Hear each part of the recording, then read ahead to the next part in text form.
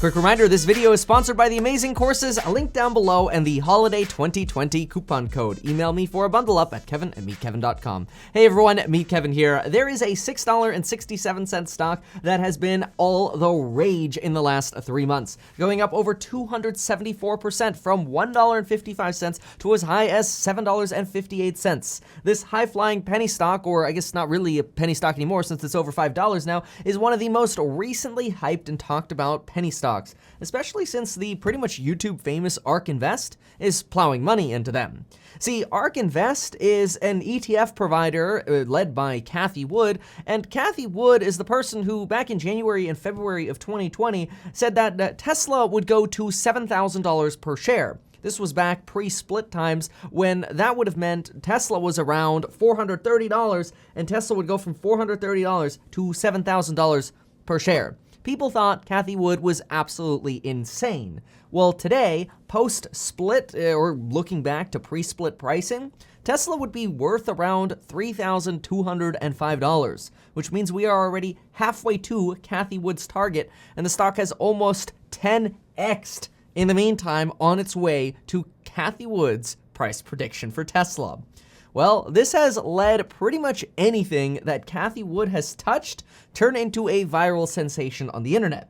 And today, we're going to talk about a stock called Nano Dimensions. This is a company that focuses on a new field of 3D printed electronics. This is a company that promises to be a big-time disruptor in industrials, which is oftentimes associated with being old school, but Cathie Wood says, In fact, I'm gonna play you exactly what she says right now about what this 3D printing technology could have to do for the future of technology and automation.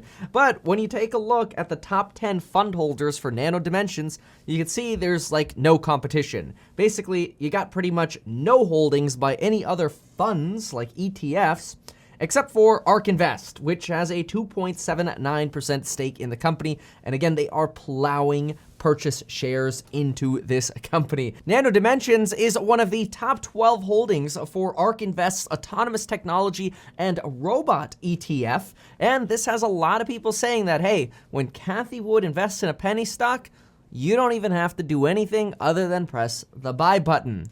And so in this video, I kind of want to go through and unpackage the hype a little bit to see, is there something deeper here? Is there something at this company that is going to make this company 20x in the next 5 to 10 years? Or is this just all hype? Well, what I'm going to do is explain everything that I've got about this company and let you make that decision. I'll also, at the end of the video, tell you how I'm going to play this. Now, the easiest way to get started talking about 3D printing is just to listen to Cathie Wood herself talk a little bit about 3D printing. She starts by talking about how robotics are going to be a huge play in the future and going forward. She talks about how 3D printing is helping in the aerospace industry dramatically, but she also talks about how 3D printing is big in the healthcare space. Let's listen to this, and then let's get into Nano Dimensions. The other area that 3D printing has changed completely is in the medical space, hearing aids. I think 95% of all hearing aids in the world are 3D printed.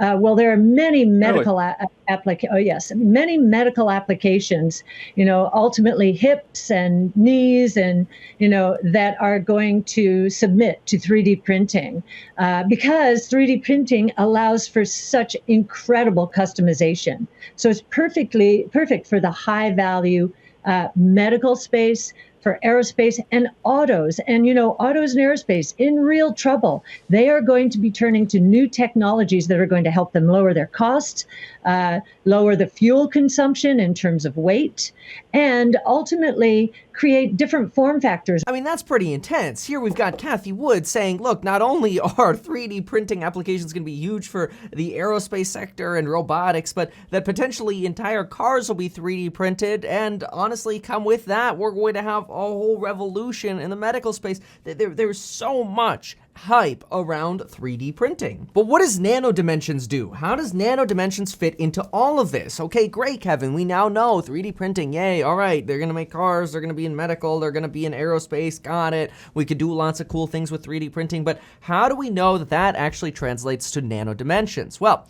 Nano Dimensions is in a specific niche of 3D printing that is a little bit harder to explain. See, we can 3D print something like plastic stapler remover tool here. We can 3D print a remote control, or you know what? We can 3D print this Mario star here, which this is 3D printed. It's basically just kind of layered up until you get a 3D shape, and there's 3D printing for you. But Nano Dimensions is actually in a little bit of a different world of 3D printing. They're not necessarily trying to make 3D printed products that are the end use, like those hearing aids. Instead, they are trying to print the components within electronics by making 3D printed circuit boards. And this to me was overwhelming, so I did some research on exactly what that looks like, and I found this. Take a look at this awesome study that I found. It took me a while to find this, but basically this gives us a good breakdown. It's from January 28, 2019, which I know is a good date already because that's my birthday. That is, at least that was one of my birthdays. I wasn't born in 2019. Anyway, 3D printing and advanced manufacturing for electronics. And they kind of give us a little bit of an overview here of what some of the goals are. Now, I'm not gonna go through and read this. I'm just gonna give you some of the basic, exciting takeaways from this. And I guess when I say exciting takeaways, if you're an investor and you're thinking about investing in this company, you gotta know at least these basics, okay? So basically what they say is usually when you make a circuit board, what happens is you start by having some sort of material that you add some sort of layer, like a resistive layer to, and then you add some more layers to it. And then once you have these sort of layered boards or layers on top of these copper boards, you'll end up using machines to etch away or to cut into the boards, which is this process right here, to make your circuit boards, basically, to make your channels where all the, cables and transistors and all that kind of stuff connect.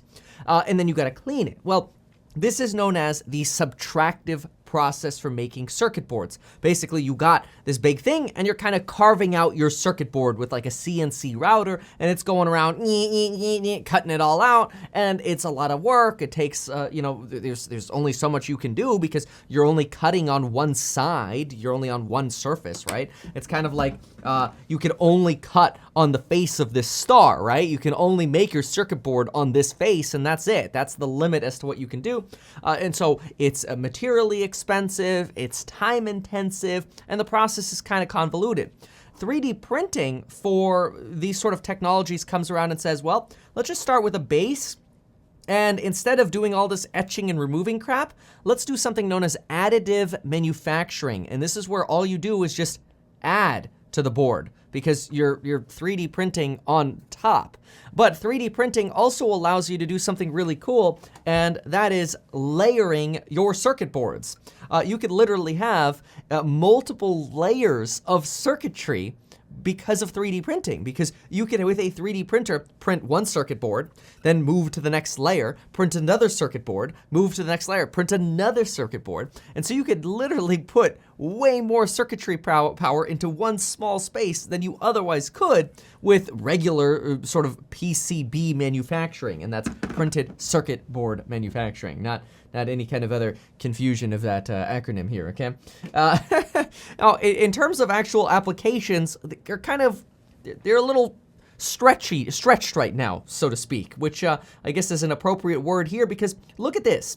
Here's, for example, a glove that they have equipped with 3D printed circuitry. You can actually see it, like right here on each finger. You have these little 3D printed circuits. And the cool thing about it is they're flexible. So this 3D printing is actually allowing you to create these flexible circuit boards. See, look at this. This is just kind of like a little plastic or rubber polymer here that they're actually building circuit boards into. And with this, they can now measure what your hand is doing with some of these rudimentary circuits that they've 3D printed into a glove. Like, they realize, like, okay, your hand is open here, or your fist is closed here, and they're able to measure the different currents because of these circuit boards that they have, which is kind of cool. It's really amazing. Now, obviously, we need to get to the point where we could actually have like tiny little batteries. So battery technology is going to be probably a block for how soon some of these circuit boards are going to be really powerful. But here's just an example here. See how you can have these multiple layers of boards. And some of the graphics here were really neat for helping understand how we can really layer these circuitry or circuit boards.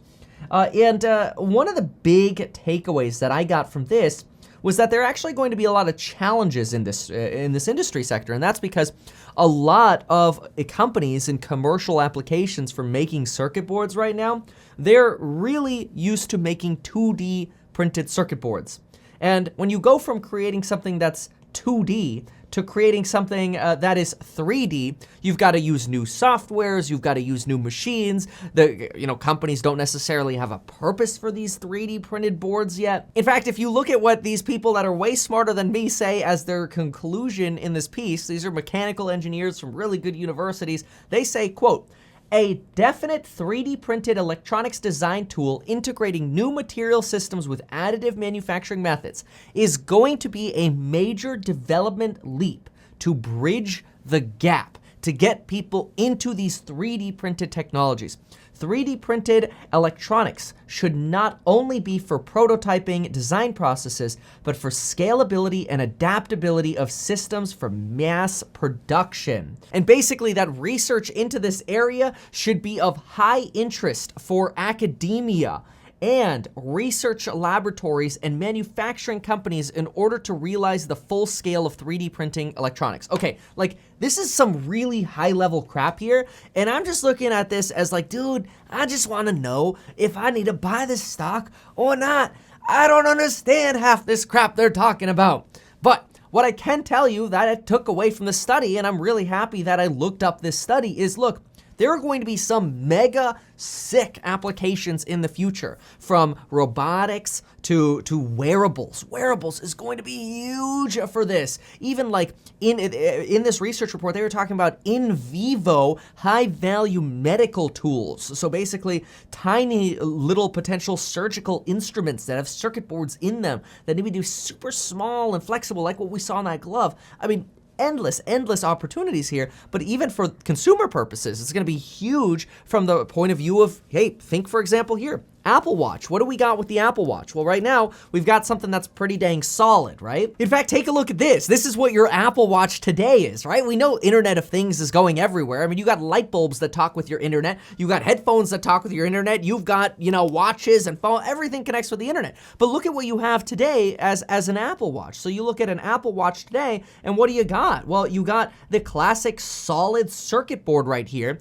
and a pretty big battery. At some point in the future, this battery is just going to be a fraction of the size. Let's say it's that much of your actual Apple Watch here, or we'll draw it over here into the actual Apple Watch there. That'll be your battery. Instead of being that big, your battery will be substantially smaller in the future, which actually creates some neat opportunities because you might be able to have like a skin curved watch in the future with a super small battery. Maybe there's a tiny little lump for the battery, but then the rest could almost be as thin as paper. You could have foldable phones and that sort of stuff with this 3D printed technology, which would be absolutely insane to think about. But anyway, now you could get rid of this sort of hard chassis and you could have more flexible circuitry basically, and it's all potentially possible because of 3D printing.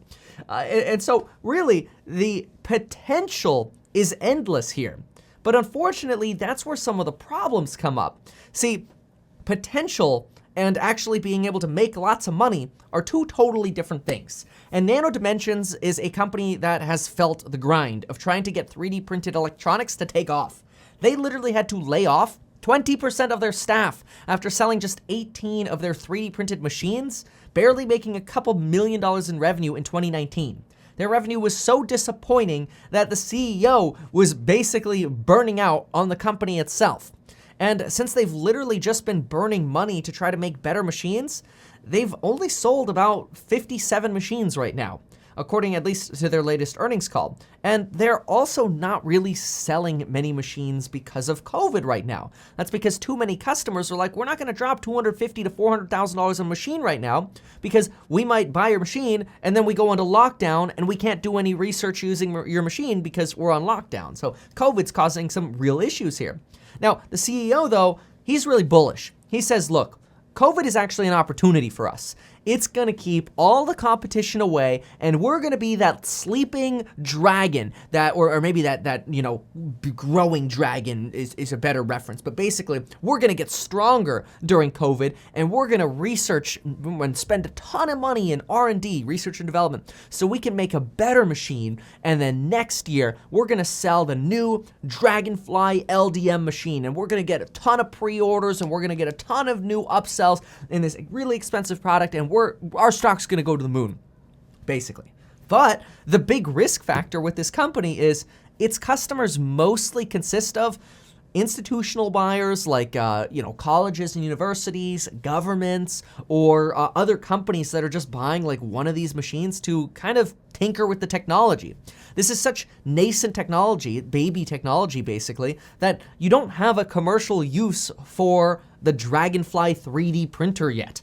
It's not like people are printing, skin-wrapped watches yet. We just don't have a real purchasable use for this yet. Hey everyone, so quick note, I reached out to one of my computer scientist buddies and buddies who does a ton of 3D printing projects, and I wanted to get his take on this, so I'm gonna include kind of his commentary on this. He said the thing about 3D printing, and this is actually this is a risk factor for the stock, okay? I mean, this is just one person's opinion here, but he said, here's the thing.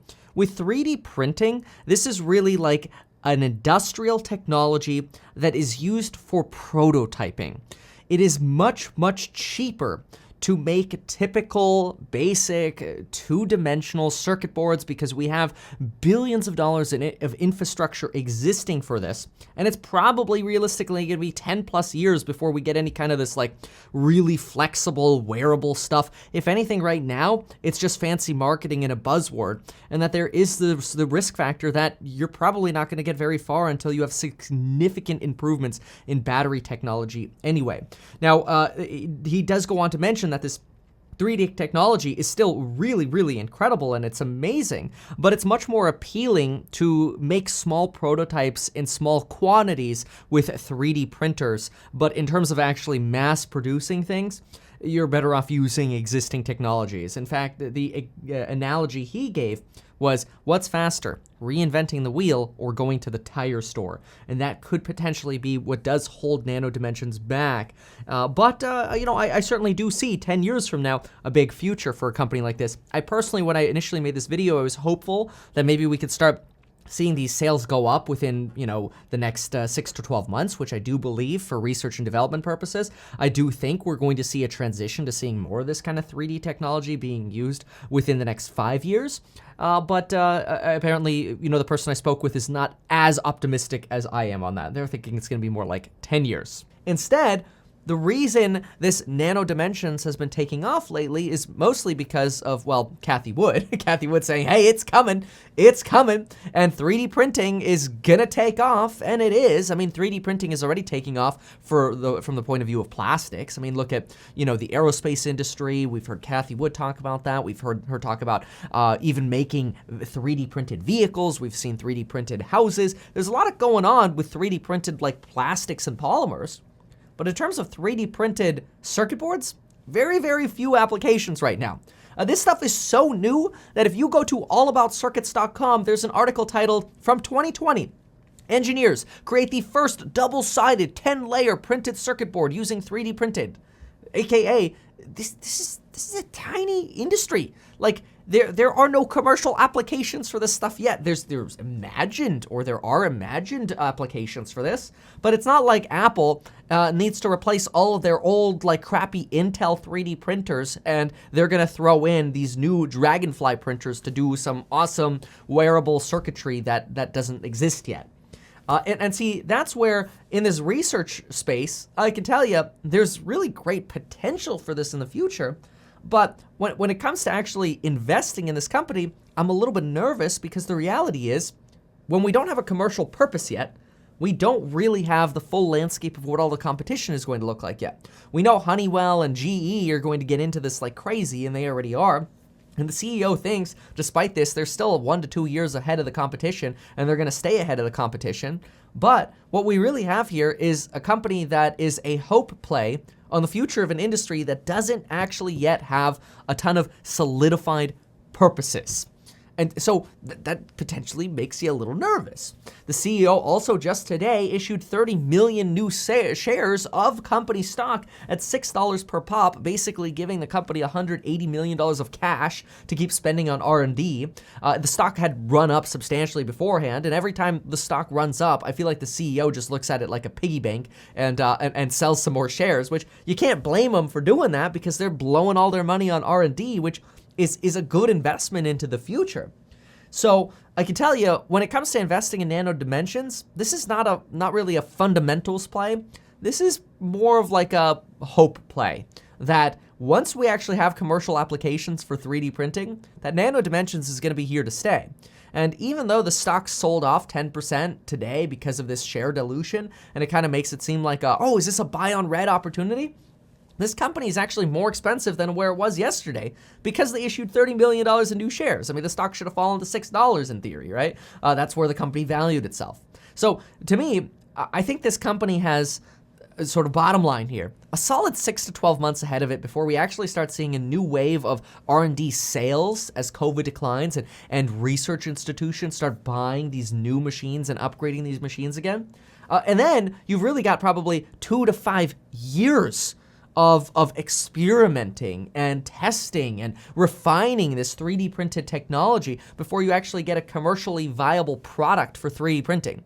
So really what you're doing by investing into Nano Dimensions is you're investing into research in the future of 3D printed circuit boards that could be flexible and be really cool in wearables and the Internet of Things and shrinking the size of things and flexible screens and all this sort of stuff. And if Nano Dimensions ends up being a big player in 5 years, and this ends up being the machine that everybody's got to have, like, dude, this is like a Xerox. Everybody's got to have their Dragonfly. This stock could 20 to 30x. But this is a really high-risk play because we are so deep into looking into the future here. So if you're really interested in this kind of stuff, and you even made it this far in the video, there are a few things you can do here. You can wait like 6 to 12 months, and you could see what kind of research institutions are actually starting to buy these machines. Let some of the hype and hopium fade away from Nano Dimensions. Let it kind of flounder for, through the rest of COVID here, through the next 6 to 12 months. And no guarantees that it will. It could just go to the moon while it flounders in theory. But basically, when I say flounder, I mean wait for the company to actually keep selling its new system or start selling its new system to research and development institutions, governments, and schools, and then let them tinker with the stuff, right? We're not going to see something majorly commercially viable here and drive massive demand for this machine for at least a few years.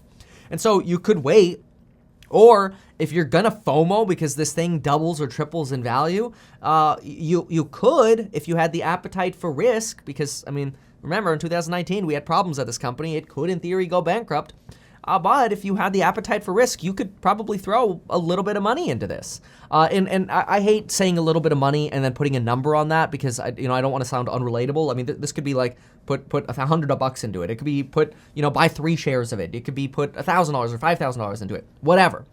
So I'm not going to pick a number and tell you what to do. But in theory, if somebody said, hey, look, I'm going to put $5,000 into this, and it's going to be, 2% of my portfolio or something like that, or 5% of my portfolio, whatever it is, or 10% of my portfolio, I'm going to put $5,000 into this, and my hope is that in 10 years, that $5,000 turns into $100,000 or $200,000, maybe.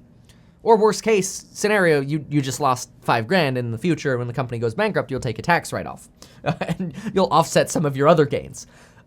So when it comes to really looking at this from like a fundamentals and market POV, the only thing that's propping up this share price right now is the fact that Ark Invest is buying it like crazy, and people think Ark Invest is the god when it comes to investing, and therefore people are riding Ark Invest's coattails.